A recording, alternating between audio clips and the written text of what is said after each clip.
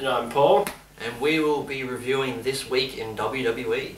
Yeah, so it is This Week number 2. Yep, number 2. We started off this week with a 15-minute authority promo, which you tend to get these days. It's becoming a regular now. Becoming It has been a regular for quite a while. It's been a mainstay for at least like a year and a half now. Definitely.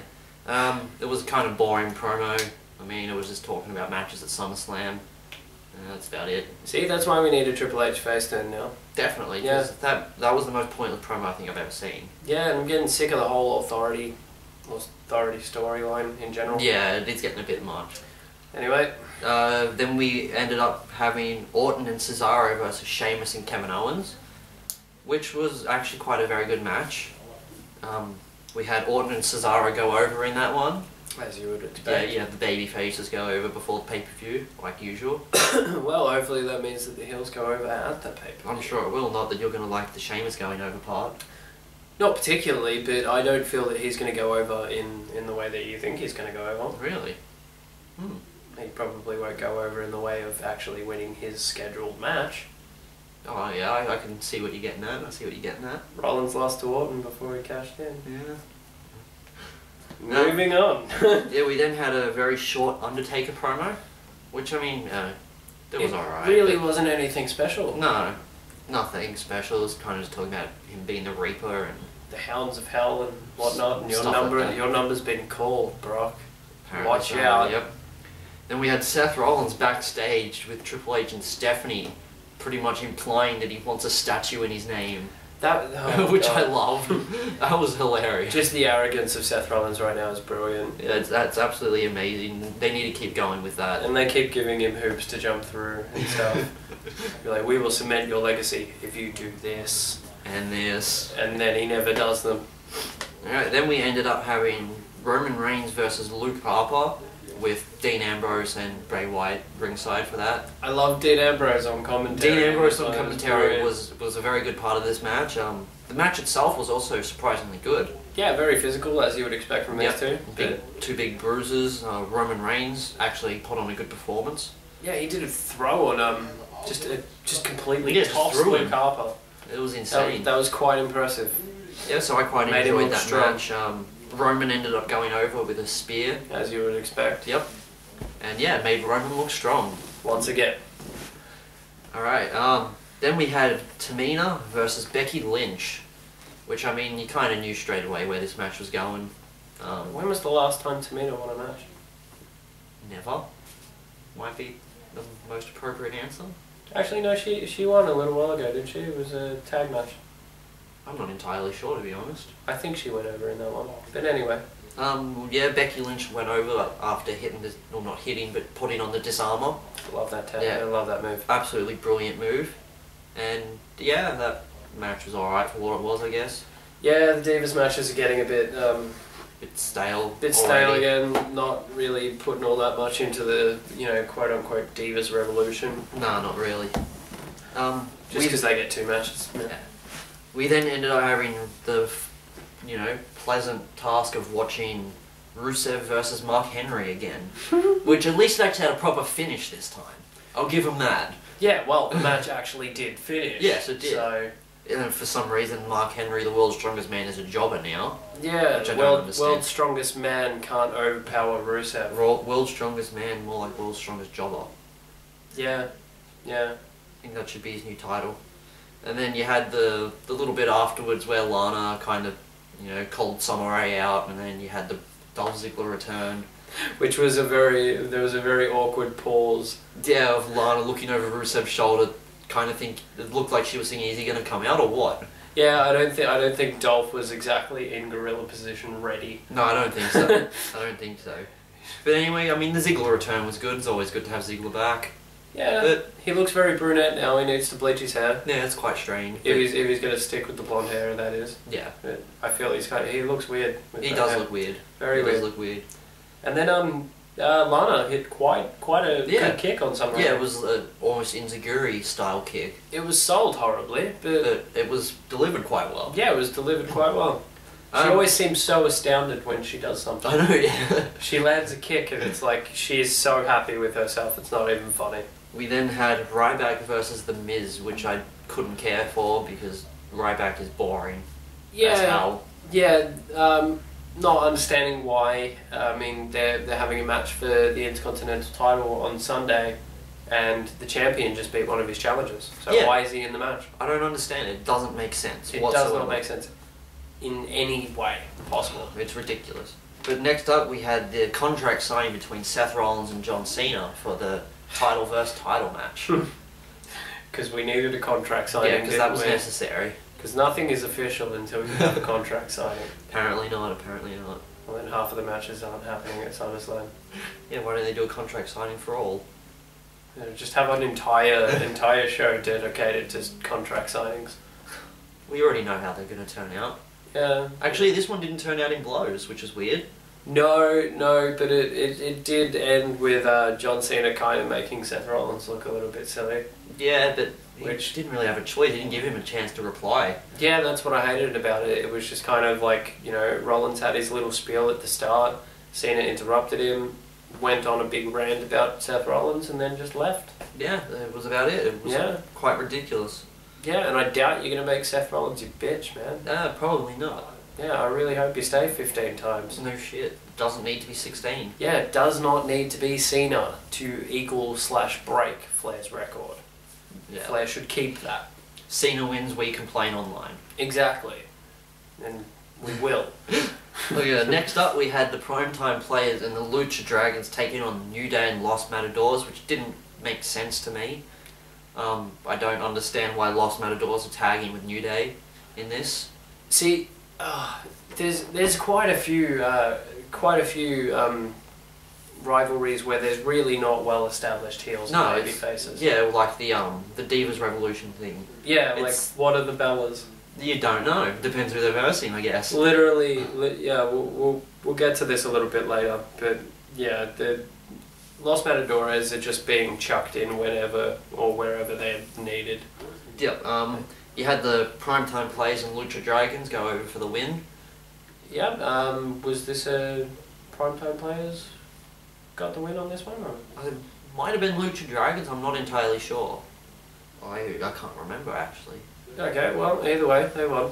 Yep. Yep. Then you had the Stardust and Bad News Barrett promo, or King Barrett, or whatever you want to call him. The Cosmic King. He's the Cosmic King, guys. No, I actually and the Prince of Darkness. No, Prince of Dark Matter. Dark Matter, sorry. Yep. I really enjoyed this promo. I think this is some of best Stardust work. I think Stardust is like arguably top 1 or 2 people on the mic at the moment. Yeah, besides for maybe Seth Rollins and Dean Ambrose. Yeah. It's not really much better. Yeah, and I mean their promo styles are fairly simple. Yeah. And Stardust is kind of going for the really oddball, out there type thing, and he's doing a really good job. Well. He's obviously learned from the best. Yeah. Oh. It's in his genes. Exactly. We then had Sasha Banks versus Nikki Bella, which was a pretty decent match, but one thing that pissed me off beyond belief was them chanting for Brock Lesnar and JBL during this match. Yeah. You talk about give divas a chance, and then you do shit like that.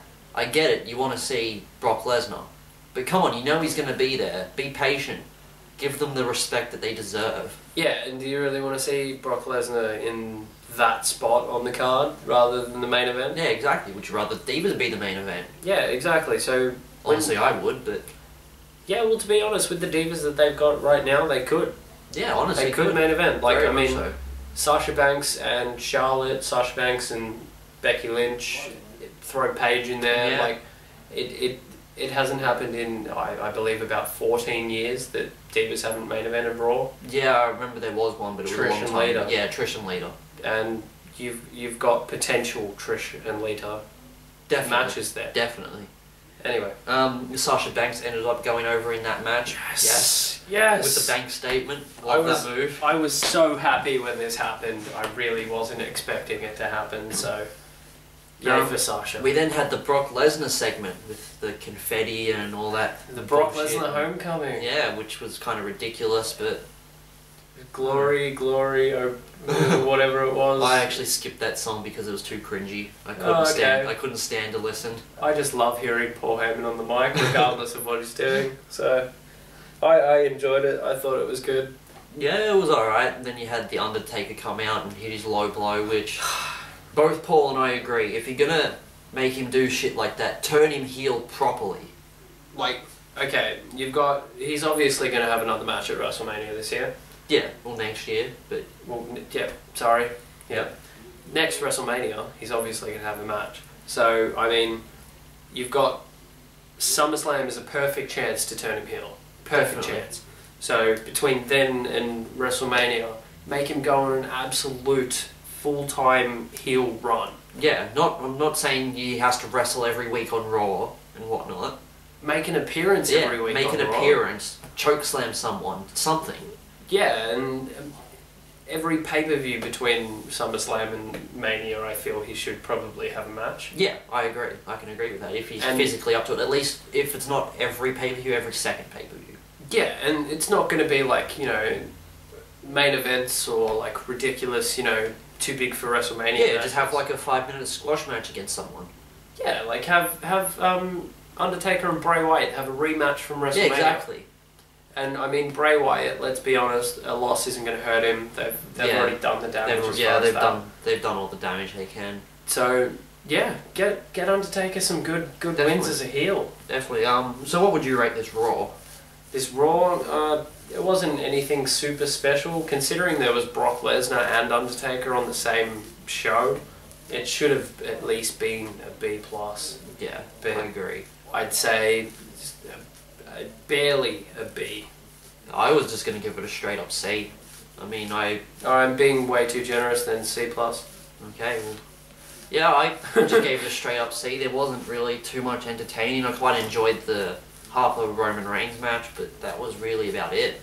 I enjoyed Sasha Banks going over. Oh, and that just because she thoroughly deserves it. That's always good, but I was fuming about the crowd at that point. Yeah, well, fair enough. Yeah. Then we have main event. This will be a short little segment here. Not a whole lot happened. No, never does. It started off with Charlotte versus Alicia Fox, which Alicia Fox actually. She pulled out a Northern Lights suplex with a bridge pin. And a good one. And a good one at that, yeah. Like it was surprising. She didn't quite stick the bridge immediately, but she did well. Yeah, she did very well. She did quite well. Considering who she was against. Yeah. She actually came off as a somewhat credible opponent. Definitely. So we had Charlotte go over with that, with the figure 8. As you would think. Yep.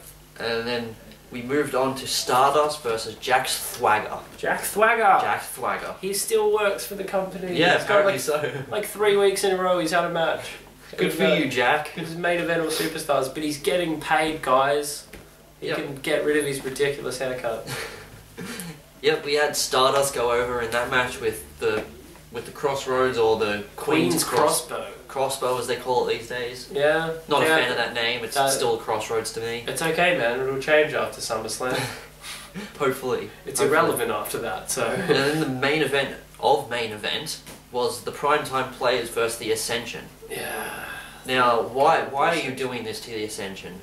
I don't understand it.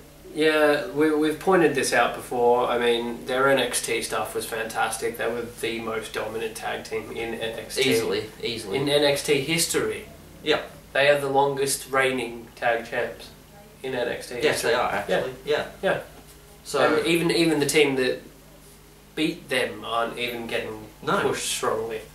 Like, yeah, Lucha Dragons are in the tag title match, but they're not going to win. No. Well, hopefully they do. Well, I hope they do, but probably don't think so. Yeah, we obviously had Primetime Players go over in this one. Yeah.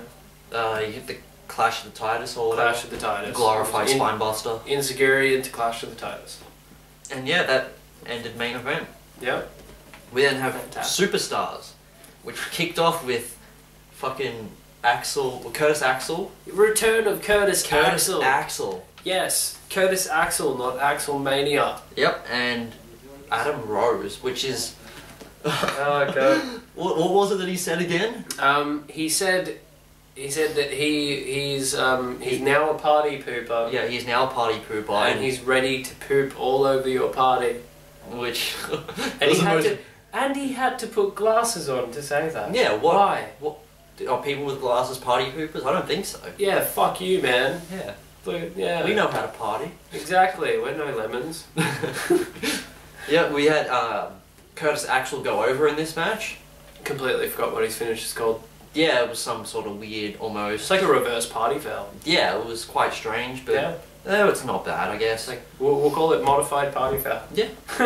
And then the main event of Superstars, which was quite odd, was R-Truth and Fandango taking on the Ascension, where the Ascension actually got a win for once. Thank God. Thankfully, which I was expecting because it was R-Truth and Fandango, but still. I really had a horrible fear when I just saw who they were facing, that like, yeah, they're probably going to lose again. Yeah, well, I I had that feeling, but it didn't happen, and I'm glad.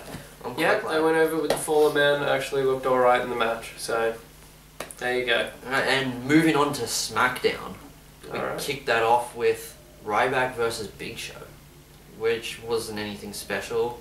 Yeah, once again, why are they in a match? I actually didn't put down who went over in this match. No one went over, it was double count out. So that's why I didn't put it down. Yeah. Yeah, Big Show did his classic getting put through the barricade, even though it was a not close speared, line. but, you know, put through. Yeah, the OMG moment in most of the games where it's always Big Show, if not Mark Henry. So very odd. Anyway.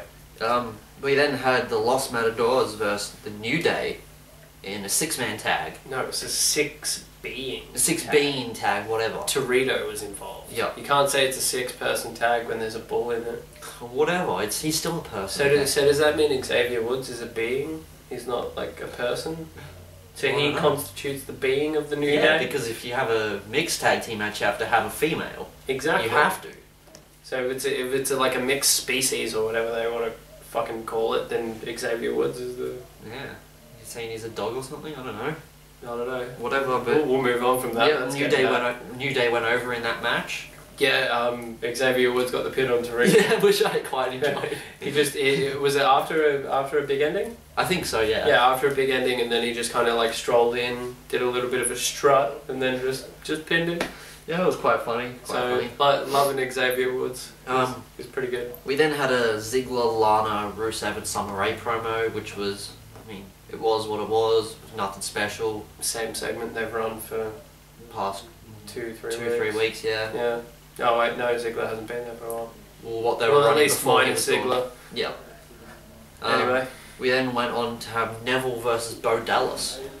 Yeah, Bo got a match on SmackDown. Yeah, which was good. It was good to see Bo having a match on SmackDown. Yeah, I kind of have a problem with just Bo Dallas and how he is. Just generally, because I mean, okay, it's probably the same way I would view Curtis Axel. Like, he's Kurt Hennig's son. Yeah. And I mean, Bo Dallas, you know, IRS's son. Yeah. Like, what are they doing? Yeah, why are you giving him situations like this? They should be much higher in the card. I get his gimmick's run its course, but I mean... Doesn't mean he has. Yeah, he needs a little bit of help there. So, he obviously lost that match. Yeah, he did. Neville went over with the red arrow. As you would. Yep. We then had another Stardust and Wade Barrett promo. Which, I can't get enough of these promos. They're great. Yeah. They're absolutely brilliant. Yeah, it's a little weird, you know, King Barrett trying to like play into Stardust's gimmick. I quite like it. He's doing a good job. Yeah, he's doing a good job at it. He's doing a good job. I just, you know, I wasn't expecting him to, you know, get the fancy. Yeah, I like cape the cape and stuff. Yeah, the cape looks good. I like it.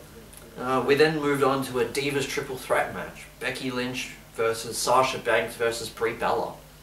Which Brie Bella ended up getting the win with a roll up and grabbing the tights of Becky Lynch. So, I don't understand why like every redeeming win that Team Bella gets is Brie. Yeah, I don't know. Maybe they're trying to keep Nikki out of it, so she, you know, I don't know. She kind of looks like the cowardly champion. Yeah. Maybe that's what they're going for. I'm not sure. Okay. Back to what we were saying as far as unclear heels and baby faces. Yeah. Literally, Team Bella cut a promo on SmackDown where they literally flip between heel and face 5 times in that promo. In the promo. And then, like, you know, they're trying to be heels and stuff, and then, you know, Brie Bella walks out and does, you know, Daniel Bryan stuff. Yeah. Like, you're obviously going to get cheered. No shit. Like, and when you guys are walking, if you guys are walking to the ring in your heels, you don't interact with the crowd. No. You're bad guys. If you interact with the crowd, you're like, oh, high five, nah. Yeah, exactly.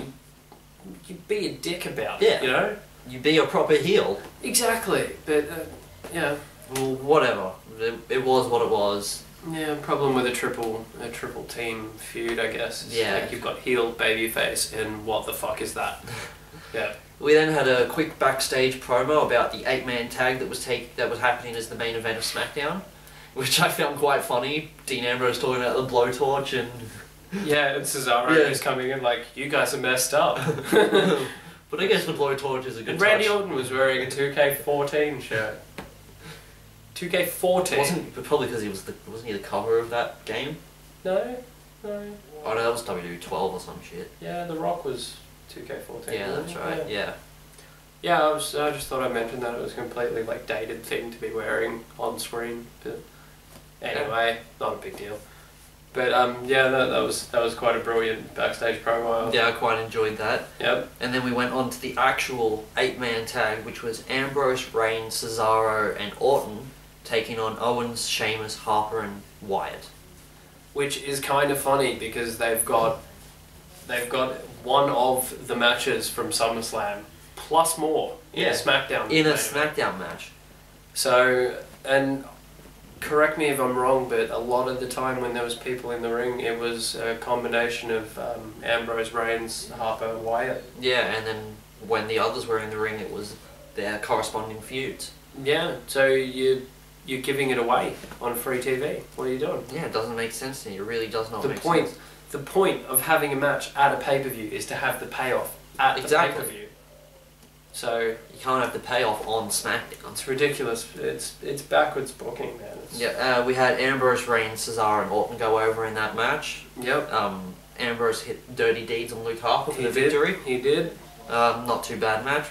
Pretty decent. Roman Reigns had a good showing, I think. It was a lot better after the first half. It picked up a little bit halfway through. Definitely. Got a lot more high impact, high octane.